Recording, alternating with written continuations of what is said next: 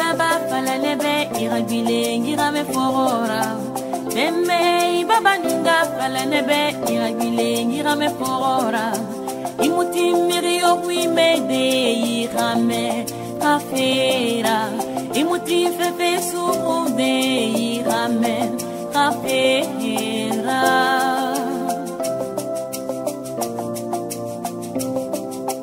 Madame, Monsieur, bonjour et merci de nous recevoir chez vous. Manette du Savoir reçoit ce matin un amoureux des plantes, un psycho-naturopathe, docteur Émile Toukam. Bonjour, docteur. Bonjour, madame. Comment allez-vous? Super bien.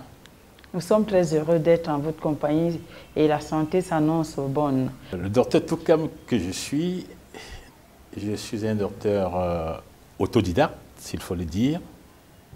Et pour être franc, je n'ai pas un bac plus 14, mais j'ai un BEPC plus 31. Et quand je dis que j'ai un BEPC plus 31, c'est tout dire que j'ai obtenu quand même un diplôme de formation auprès des grands maîtres de la naturopathie qui m'ont délivré un diplôme de docteur en psychonaturopathie, dont je suis fier aujourd'hui d'être un bon médecin psychonaturopathe. J'ai sorti un premier livre appelé le Big Bang tome 1. Et dans ce livre, j'ai écrit comment vivre en société. Comment est-ce qu'on peut avoir des meilleurs amis, comment on peut vivre avec son épouse, comment est-ce qu'on peut progresser dans la vie. Et dans ce document, j'avais mis quelques traitements à base des plantes naturelles. J'ai écrit le livre pendant 6 mois. Après les 6 mois, il me fallait faire une correction grammaticale. Je suis allé voir quelqu'un pour qu'il me fasse la correction. Il m'a demandé 250 000. Je n'avais pas les 250 000. Et je me suis dit, mais ai-je fréquenté ou pas? Pourquoi ne dois-je pas mettre ma connaissance d'avoir fréquenté pour la correction du livre que je suis en train d'écrire? Alors je me suis attelé à faire la correction moi-même, la correction grammaticale. Et quand j'ai fini, il fallait que j'imprime le livre, je n'avais pas d'argent. Alors j'ai essayé de vendre tout ce que j'avais, mon appareil musical. J'ai vendu mon matelas, ma bouteille de gaz, pour avoir un peu d'argent pour aller imprimer. Et je me rappelle, j'ai écrit au moins 400 lettres que j'ai dû envoyer dans des bureaux, c'est-à-dire chez les avocats, chez les huissiers, chez les directeurs de société. Et quand j'ai distribué les 400 lettres, j'ai obtenu au moins une aide de 400 000 francs. Alors grâce à cette aide, j'ai réussi à imprimer, c'est trop dire, à polycopier le livre que j'ai fait sortir, que j'avais écrit. J'ai revendu mes livres, en moins d'1 an, j'ai eu au moins 7 millions de francs CFA. Et vous savez comment je les vendais? Non. Je mettais dans un sac, au moins 2 ou 3 photocopies. J'allais de boutique en boutique, j'allais au marché central de Douala. J'allais de boutique en boutique et j'expliquais le rôle de ce livre. Enfin, n'achetez pas mon livre que celui qui n'avait pas d'argent. Parce que quand je vous expliquais mon livre, ça vous donnait l'envie d'acheter ce livre. Les gens ont tellement acheté que j'ai vendu ce livre à la librairie Lipakam. La demande était tellement grande que je me suis demandé, mais pourquoi ne pas écrire un deuxième livre? J'ai sorti un deuxième livre appelé le Big Bang tome 2, comment maîtriser les forces de la nature. Mais à ma grande surprise, dans ce livre, j'avais mis mon adresse. Les gens appelaient de partout, que ce soit au Cameroun ou à l'extérieur. Alors, est-ce que, j'ai vu dans votre livre, est-ce que vous pouvez soigner telle maladie? Pour être franc, je ne m'y connaissais pas ni dans les plantes, ni dans les maladies. Je ne pourrai jamais oublier, mon premier patient, c'était une dame au marché central de Douala. Elle était malade depuis 7 ans. Elle n'arrivait pas à vivre dans une salle climatisée. Alors, ne pouvant pas vivre dans une salle climatisée, elle était toujours fiévreuse, elle était toujours malade. Vous savez avec quoi je l'ai soignée? Non. Je n'ai fait bouillir que l'ail. Elle a consommé l'ail pendant au moins 3 mois. Et jusqu'à ce jour, il y a 13 ans, elle n'a plus jamais été malade. Et je me suis dit, je suis resté, au fur et à mesure les gens appelaient, et j'ai commencé finalement à leur donner toujours des potions d'ail. Et les gens guérissaient, à ma grande surprise. Après, je me suis dit, mais tiens, qu'est-ce qu'il faut faire? Il faut que vraiment je fasse encore des recherches approfondies dans les plans naturels. Vous savez comment j'ai réussi? Non. Quand les gens venaient chez moi, on me présentait un examen. Je vois un examen demandé, sérologie du chlamydia. Je lis l'interprétation. Et quand je lis l'interprétation, je vois valeur normale, seuil, patati. Alors je me dis donc, sérologie chlamydia veut dire, examen demande, ça veut dire que si on demande une sérologie du chlamydia, ça veut dire qu'on veut savoir si la personne souffre d'un chlamydia ou pas. C'est là où je me suis mis à réfléchir sur tout examen qui venait auprès de moi. Alors quand un examen venait, je vois TPHA, VDRL. Vraiment, je ne savais même pas de quoi on parlait. Mais à force de voir TPHA, VDL, à la fin, je me renseigne, on dit non, c'est pour découvrir la syphilis. Ah, j'ai dit tiens, donc quand on fait un examen, demander TPHA, VDRL, là, patati, ça veut dire examen de la syphilis. C'est comme ça que je suis parti. Et aujourd'hui, s'il y a 1000 examens à prescrire par un médecin, je peux prescrire 700. C'est-à-dire que je maîtrise au minimum 700 examens que je peux prescrire et interpréter. Difficile à croire, mais c'est une réalité. Je prendrai un exemple. Un jour, un patient vient chez moi, il a des douleurs abdominales. Il me dit qu'il souffre des hémorroïdes. J'ai dit, vous avez fait des examens? Il me dit oui. Il me présente les examens, sérologie de la schistosomiase, sigmoïdoscopie. J'ai lu l'interprétation, je vois le tube qui monte jusqu'au niveau du côlon. Ça va sur le sigmoïde. Alors là, je prends l'anatomie humaine, le tube digestif. Alors je découvre que ce n'est pas loin du rectum. Et cet examen, la sigmoïdoscopie, permettait de voir si le côlon était touché ou pas. Et voir si les sigmoïdes aussi étaient touchés ou pas. Donc, quand quelqu'un venait me voir, il me dit, comme vous voyez, vraiment, j'ai des hémorroïdes, j'ai des douleurs abdominales, je fais des selles sanguinolentes. Alors là, j'ai prescrit une sigmoïdoscopie. Et tenez-vous tranquille, quand l'examen revenait, ça, c'était quelque chose de merveilleux. On découvrait des polypes sur le côlon, on découvrait des tumeurs grâce à cet examen qu'il avait prescrit. Et tenez-vous tranquille, au fur et à mesure, je savais, dans mes recherches, quel était le médicament approprié pour pallier aux polypes et aux tumeurs qu'on découvrait dans le côlon. Je n'ai jamais fait le CUS, je n'ai jamais fait une école de médecine de renom, mais j'ai dit aujourd'hui, je ne vois pas un médecin en face de moi qui peut me parler de médecine sans que je ne le comprenne à 90 ou voire 95%. Docteur Toukam, nous aimerions savoir s'il y a une différence entre un psychonaturopathe et un naturopathe simple. Oui, la différence n'est pas très grande. Un psychonaturopathe, c'est quelqu'un qui traite par le psychique aussi, et avec la nature. Et quand on parle de la nature, vous voyez, vous pouvez trouver quelqu'un qui est stressé. Vous observez que la personne est stressée. Grâce à la nature, rien qu'avec une fleur, vous pouvez l'offrir et la personne guérit de son stress. Une fleur? Rien qu'une fleur. Donc, les fleurs ont une influence sur l'être humain? Si. La fleur est une plante qui déstresse. Ça donne de la joie. Ça égaye. Donc, on n'a pas besoin de lui donner une potion magique ou bien une tisane, non. Rien que vous l'offrez une fleur. Si vous avez un patient qui vient chez vous, il est stressé, vous vous rendez vraiment compte qu'il est stressé, faites un effort d'avoir le numéro de son épouse. Vous lui demandez, appelez son épouse et dites, dès que monsieur rentre, offrez-lui une fleur. Le lendemain, il viendra vous dire qu'il n'est plus stressé. Dans la majorité des cas, j'ai réussi à guérir comme ça. Oui. C'est pour dire, on devrait avoir des fleurs dans nos maisons, mais on a peur aussi d'être intoxiqué par ces plantes. Comment est-ce qu'on pourrait réagir? Comment les choisir? Je crois que nous avons tous une cour. Ou si on n'a pas de cour, on peut les mettre dans des... comment on appelle ça? Dans des pots? Dans des pots. Oui. Voilà, on peut cultiver des fleurs, bien les planter dans des pots, les mettre sur la véranda. Ou bien on peut acheter des fleurs pour distraire monsieur. Monsieur peut acheter aussi des fleurs pour distraire la dame. Parce que souvent chez nous, quand vous offrez une fleur à quelqu'un, il dit « Ah, mais c'est tout ça. Ça, c'est les choses des Blancs. » Vous nous amenez des choses des Blancs en Afrique? Bon, ça dépend des cultures. Ici, chez nous, nous sommes habitués à dire « Chérie, voici un pagne. Pourquoi pas ne pas donner un pagne aussi à votre épouse si elle est stressée? Ça la stresse un peu. Bon, là, nous n'entrons plus dans le cadre de la nature. Oui. Voilà. Mais sinon, un geste comme un pagne, un geste comme une cravate, une paire de chaussures ou une paire de chaussettes à monsieur, ça fait du bien.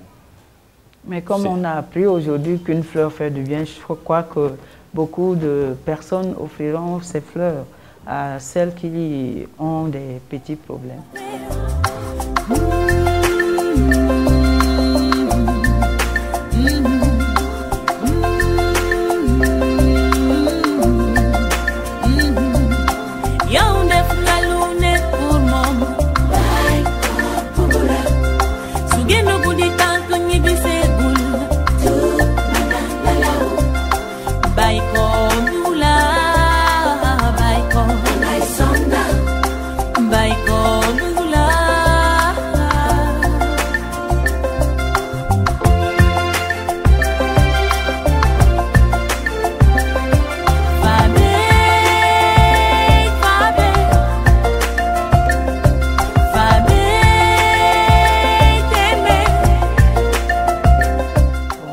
Nous allons continuer notre entretien tout en vous posant la question de savoir est-ce qu'il y a des atomes crochus entre les naturopathes, psychonaturopathes et les tradipraticiens?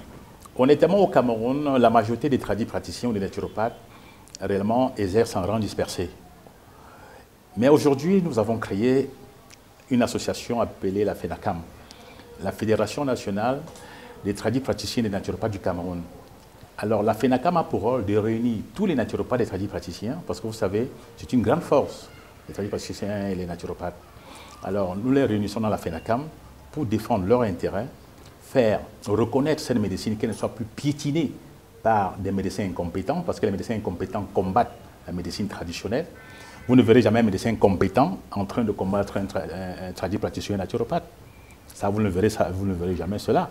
Donc aujourd'hui, la FENACAM a pour rôle de montrer à ces médecins incompétents que la médecine traditionnelle et naturopathique a son rôle à jouer dans la vie des malades au Cameroun.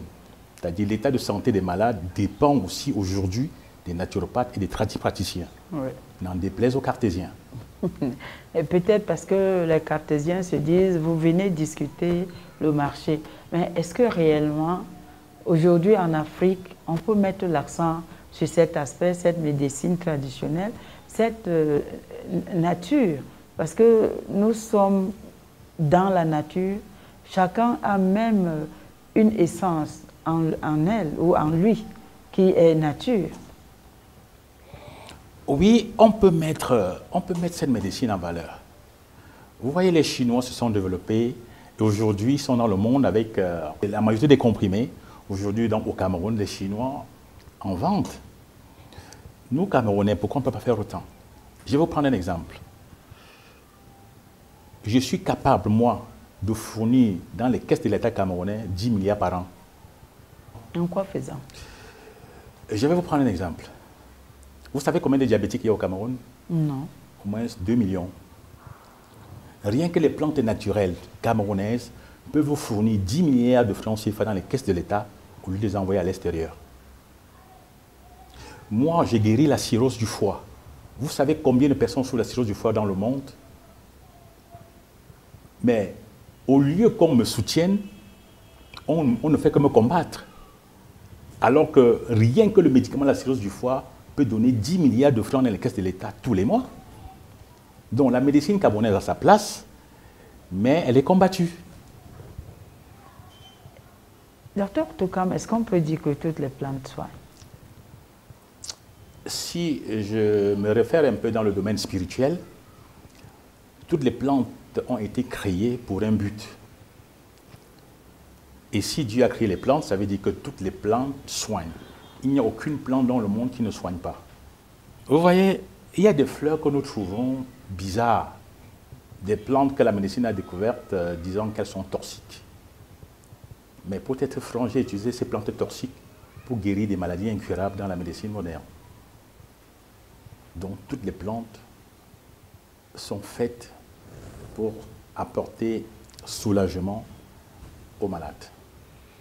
Il y a également des fleurs qui poussent en bordure des cimetières et avec certaines croyances, les gens disent ça, c'est les fleurs des fantômes. J'ai entendu parler des fleurs des cimetières, d'autres disent que ça soigne même toutes les maladies.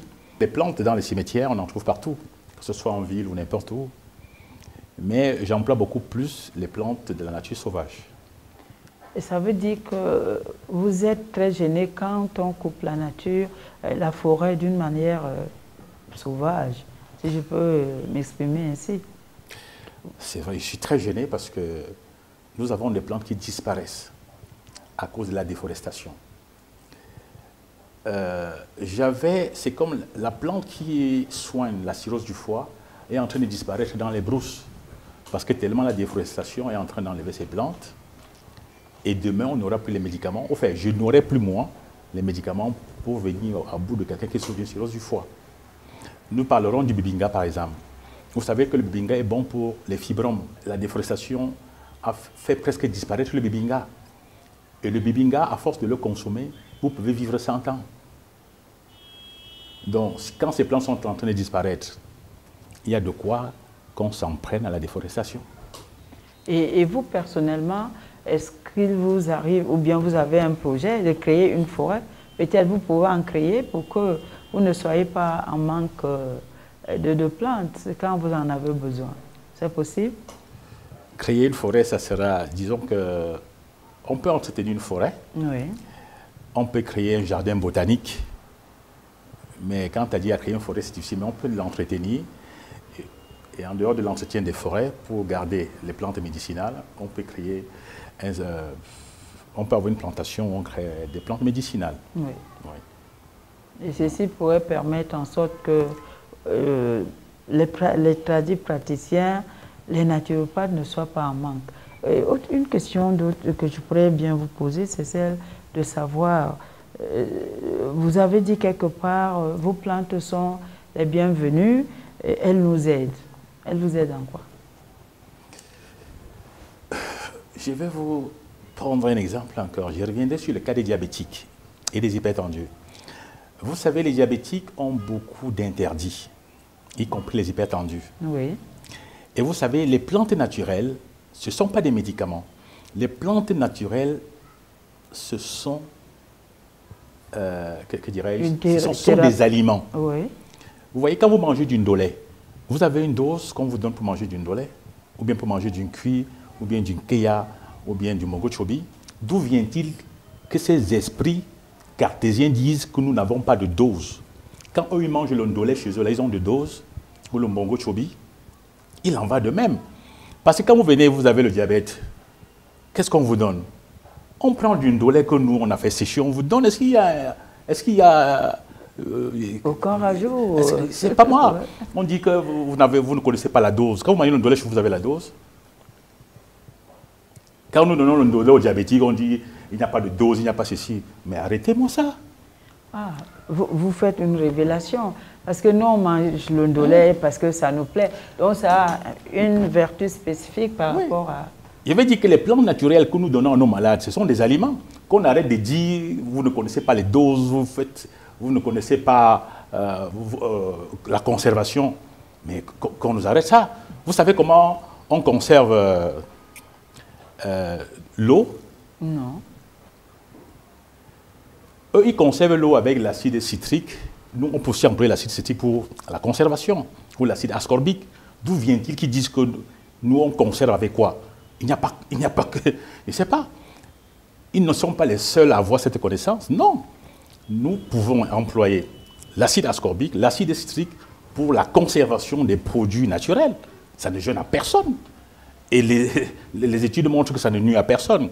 On peut encore faire la conservation avec du vinaigre. Le vinaigre, c'est un bon conservateur. Qu'on arrête de nous dire on conserve avec quoi? Et qu'on arrête de dire que nous n'avons pas de dose. Quand ils partent dans leur village sur leur table, ils sont en train de manger un bon repas, ils ont la dose là-dessus. Donc nous, quand nous donnons les médicaments aux malades, c'est des aliments que nous leur donnons. On peut dire que ce n'est pas des médicaments, mais c'est une thérapie que les plantes apportent dans... Si, les aliments nous soignent. Ne mangez pas pendant 2-3 jours, vous allez tomber malade. Restez une semaine sans manger, vous allez tomber malade. Et pour qu'on vous guérisse, il faut qu'on vous donne les médicaments qui sont ces plantes naturelles, pour que vous recouvrez votre santé. Encore que d'aucuns disent notre santé commence par notre assiette. Comme vous dites, notre santé commence par notre assiette. Si vous mangez peut-être trop gras. Et je vais vous dire une chose. Vous savez, vraiment, la nature, par elle-même, est une richesse. Dans quelle mesure? Si tous les jours, vous buvez une seule tasse de feuilles de papayer, je vous assure, vous ne tomberez jamais malade toute votre vie. Vous avez déjà vu, vous ne verrez jamais une racine de papayer rongée par un insecte. Ça n'existe sur aucune planète. Enfin, ça n'existe, je veux dire, sur la planète Terre, vous ne trouverez jamais une racine du papayer rongée par des insectes. Consommez régulièrement et journalièrement, si possible peut-être 2 ou 3 fois par semaine, des tisanes à base de feuilles de papayer, vous ne tomberez jamais malade toute votre vie. Faites des expériences, vous verrez. Et quand je vais vous donner les feuilles de papayer, on va dire qu'il n'y a pas de dosage. Mais non, qu'on arrête ça. Qu'on arrête. Les médicaments traditionnels sont des aliments. C'est pourquoi on les appelle les compléments nutritionnels. C'est-à-dire dans le terme médical, on dit complément nutritionnel, mais au fond, c'est des médicaments. Quand je prends... j'ai des maladies que je soigne avec de la mangue. Oui. Je prends la mangue, je broie, je mélange avec le couscous, je donne à quelqu'un, on me dit que je vais lui donner la dose. Quand vous mangez la mangue, vous avez une dose? Non, je peux manger tout un panier pourvu que... que ça ne vous nuise pas. Oui. On dit bien que l'excès nuit. Alors, quand il dit à quelqu'un, bon, tu vas prendre des mi-verres de 250 ml de cette poudre, matin, midi et soir, quelqu'un sort et dit que où est le dosage? La seule chose que je vais demander, c'est qu'aujourd'hui, qu'on arrête de dire aux tradipraticiens qui n'ont pas, c'est-à-dire qui n'ont pas de formation. La formation des tradipraticiens, ce n'est pas aller dans une école. Non, la formation, c'est bien si on va dans une école. Moi, je n'ai pas fait la grande école, mais aujourd'hui, je ne vois pas qui peut me parler de médecine. Je ne vois pas qui. Je ne veux pas dire que je connais tout. Mais je ne sais pas quel médecin peut se placer devant moi aujourd'hui et me donner les cours de médecine. Parce qu'aujourd'hui, au Cameroun, quand on parle de médecine traditionnelle, nous sommes les leaders. Et quand nous sommes les leaders, c'est pourquoi nous sommes combattus. Parce qu'on ne veut pas que les autres progressent. Mais on espère que vous avez affaire aux hommes, et vous, naturopathes, et médecins conventionnels, si je peux les appeler comme ça. Il suffit que vous soyez de bons amis. Ceci me fait rebondir parce que dans votre livre, vous avez donné des conseils comment garder ses amis, c'est ça? Oui, j'ai donné des conseils comment garder ses amis. Oui, dites-nous un peu comment, parce que nous allons sortir par ça. Bon, pour garder ses amis, c'est quoi?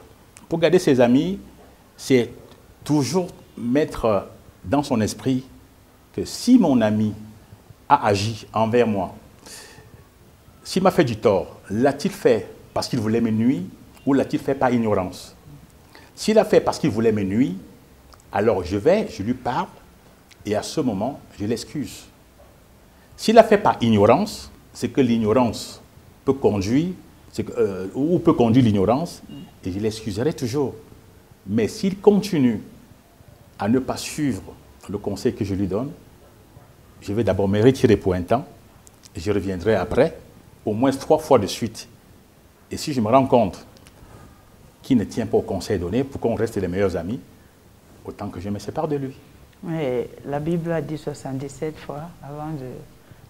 Il faut le faire. Si. Docteur Toukam, Et nous avons été très heureux en votre compagnie. Et un dernier conseil à ceux qui nous écoutent. Le dernier conseil que je vais donner, c'est que dans la vie, on peut réussir sans faire les grandes écoles. Vous savez, le diplôme, c'est une reconnaissance de la classe ou bien du niveau que vous avez atteint. C'est-à-dire, on vous donne un bac qui dit que vous avez atteint la terminale.